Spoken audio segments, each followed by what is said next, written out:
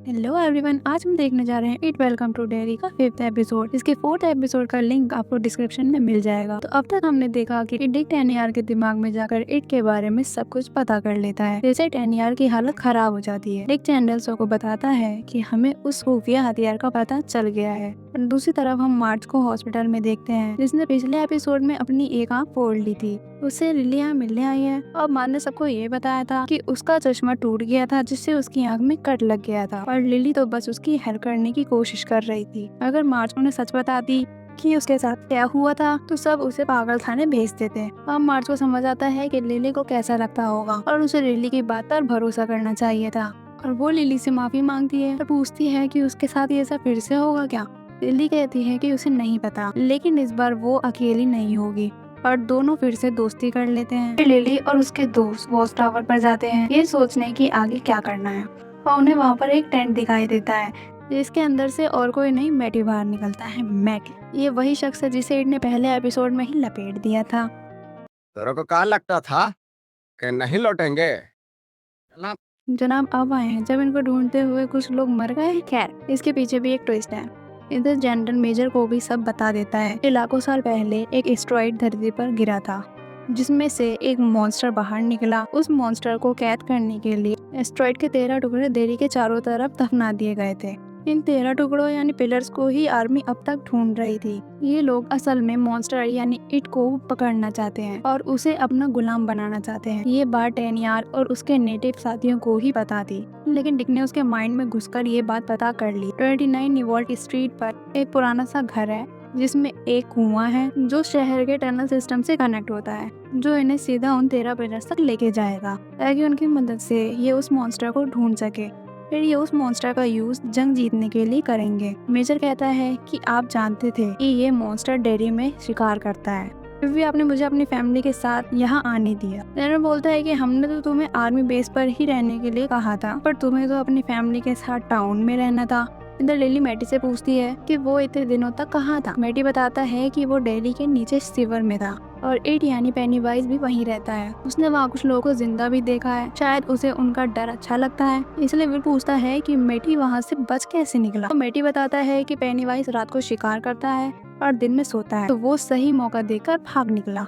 Lily पूछती है कि उसने टेडी, फील और सूजी को देखा, तो मैटी बताता है कि टेडी और सूजी मर चुके हैं। टेडी को तो इट ने मेरे सामने ही खाया था, लेकिन फील अब भी जिंदा है और ये लोग इस बारे में पुलिस को बताने की बात कहते हैं। तो मैटी साफ मना कर देता है कि वो फिर से अपने जालिम बाप के पास नहीं जाना चाहता, इससे अच्छा तो वो वापस सिवर में चला जाएगा।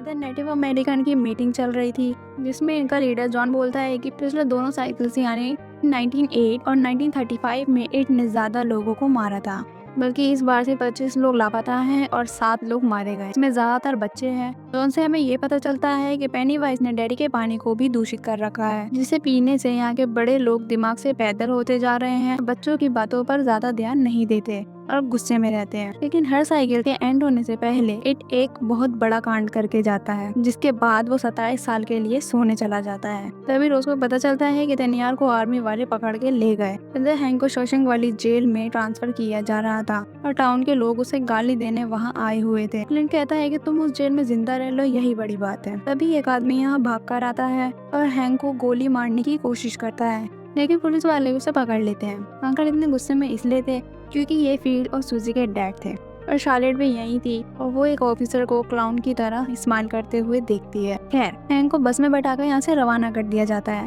शार्लेट अब भी हैंक को रिहा करवाने की कोशिश कर रही थी। तभी मेजर यहाँ आ जाते हैं और शार्लेट से कहते हैं कि वो उसे कुछ बताने वाले हैं, जिस पर शार्लेट को भरोसा करना होगा। इधर जनरल से रोज मिलने आती है। रोज जनरल कहता है वो टेनियाल को जल्द ही छोड़ देगा। जनरल ये भी बताता है कि उसके डैडी से जुड़ी यादें उसे 5 साल पहले ही याद आ गई। उसे एक नया ड्रग दिया गया था और उसने बचपन में उसे जो भी बताया था वो सब उसे याद आ गया था और वो पिलर्स को ढूंढने सिवर के अंदर जाने वाले हैं। रोज अब टेनियाल को वही टिकट दे देती है जो उसके पूर्वज यूज किया करते थे, ताकि सिवर में वो खुद को पेनीवाइज से बचा सके। इधर मेजर अपनी फैमिली को लेकर आर्मी बेस पर आ जाता है, जो डेयरी शहर से बाहर था। जब तक ये नाटक खत्म नहीं हो जाता, ये लोग डेयरी से बाहर ही रहेंगे और विल भी अपने दोस्तों से मिलने नहीं जाएगा। इधर लिली अपने केयर टेकर से मिलने जाती है। हमें पता चलता है कि इसका नाम इनग्रेट कर्श है और ये मिस्टर कर्श की वाइफ है। इधर शार्लेट को पता चलता है कि हैंक को जो बस शॉशैंक लेकर जा रही थी उसका एक्सीडेंट हो गया है और हैंक वहाँ से भाग निकला है। अगले दिन लिली मार्च को लेकर वॉच टावर पे जाती है और ये लोग डिसाइड करते हैं कि ये फील को बचाने खुद ही उस सिवर में जाएंगे और विल भी किसी तरह छुपते हुए यहाँ आ गया था। लिली कहती है कि वो सब गोलियां खा के अंदर जाएंगे तो उन्हें डर नहीं लगेगा और वो पेनीवाइज इनका कुछ नहीं बिगाड़ पाएगा। दूसरी तरफ मेजर भी अपनी टीम के साथ सिवर में एंटर करता है। इनका मिशन था उन 13 पिलर्स को ढूंढना जिसका रास्ता इन्हें टेनियार बताएगा। यहाँ इनका सामना ऐसे मॉन्स्टर से होगा जो कोई भी रूप ले सकता है, तो इन्हें अपने सामने कोई भी अजीब चीज दिखाई दे तो ये उसे तुरंत गोली मार देंगे। डिक को यहाँ अपनी ग्रैंडमा की आवाज आने लगती है और एट उसे बिल्कुल से पानी के अंदर खींच लेता है। डिक देखता है कि वो अपने घर पहुंच गया था जहाँ उसकी ग्रैंडमा और दादा भी थे और यहाँ हमें पता चलता है कि डिक के पास जो पावर्स थी वैसी ही पावर्स डिक की दादी के पास भी थी। तो जब डिक छोटा था तब उसे वो लोग नजर आते थे जो लोग मर चुके हैं और वो लोग दिखने में बहुत खतरनाक थे, मतलब डरावने थे। तो डिक ने बचपन में जब अपनी दादी को ये बात बताई थी तो उसकी दादी ने डिक को एक बॉक्स दिया था और कहा था कि जो कुछ तुम्हारे दिमाग में गलत है, जो तुम नहीं चाहते कि हो, उसे इस बॉक्स में भर दो। डिक ने वैसा ही किया था और उस बॉक्स को बंद कर दिया था। उस दिन के बाद से डिक को कभी भी कोई डरावनी चीज नहीं दिखाई दी थी। तो जब वो अपने घर में था तो वहाँ उसके वो दादा वो बॉक्स खोलने को कहते हैं, लेकिन डिक के लाख मना करने पर दादाजी नहीं मानते और वो बॉक्स खोल देते हैं। पता नहीं क्या दुश्मनी थी दादाजी को अपने ही पोते से, शायद इन सब के पीछे भी इट ही होगा, वही है। इधर जो पीछे चल रहे थे सोल्जर्स डिक के साथ वो मारे जाते हैं और टेनियाल मौका देखकर भाग जाता है क्योंकि ये नेटिव लोग लॉयल थे उस डिगर के लिए। मैंने बताया था ना, इन लोगों ने वचन लिया है कि डिगर की रक्षा करेंगे और एट को बाहर नहीं आने देंगे क्योंकि उन लोगों को पता था कि पेनीवाइज इतनी जल्दी तो सोल्जर्स के हाथ नहीं लगेगा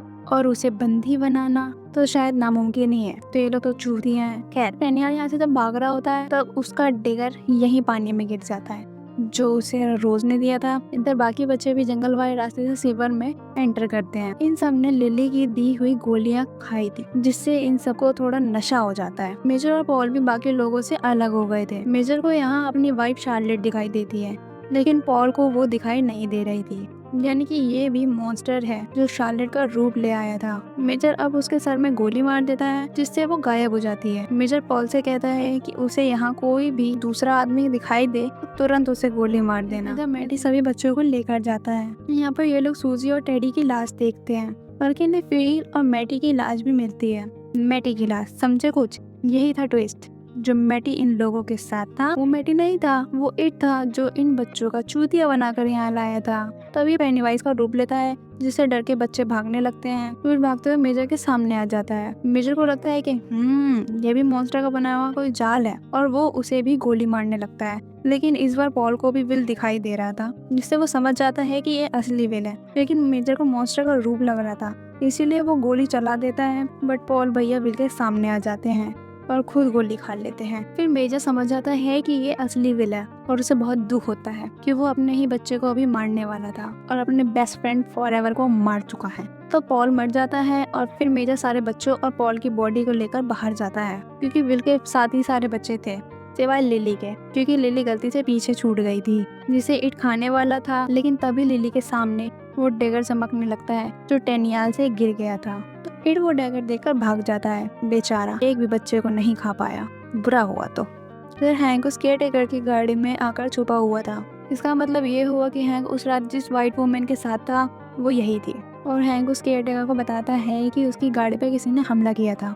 उसे कुछ समझ नहीं आया तो वो वहाँ से भाग गया, लेकिन अब पुलिस पूरे शहर में उसे ढूंढ रही थी। हैंक बोलता है कि एक औरत है जो शायद उनकी मदद कर सकती है, वो थी शार्लेट। अब इंग्रिड शार्लेट से मिलने आर्मी बेस पहुंच जाती है। इधर मेजर आर्मी वालों को बताता है कि कैसे उसका दोस्त उसी के हाथों मारा गया था और डिक अभी तक वापस नहीं आया है। हम डिक को देखते हैं जो एक जंगल वाले रास्ते से बाहर निकल गया था, लेकिन बाहर उसे पॉल का भूत दिखाई देता है। तो यहाँ से यह एपिसोड खत्म होता है। मुझे उम्मीद है आप सब समझ गए होंगे जो मैं इतनी देर से समझाने की कोशिश कर रही थी। अगला एपिसोड जल्दी आएगा तो सब्सक्राइब कर लो और कर ही लो यार, बस वीडियो देखकर भाग जाते हो। मेरे न्यू चैनल है, थोड़ा तो मोटिवेट करो मुझे। और सब्सक्राइब के बाद लाइक कमेंट शेयर भी कर देना जिससे मुझे खुशी हो। तब तक के लिए बाय, अगले एपिसोड में मिलेंगे।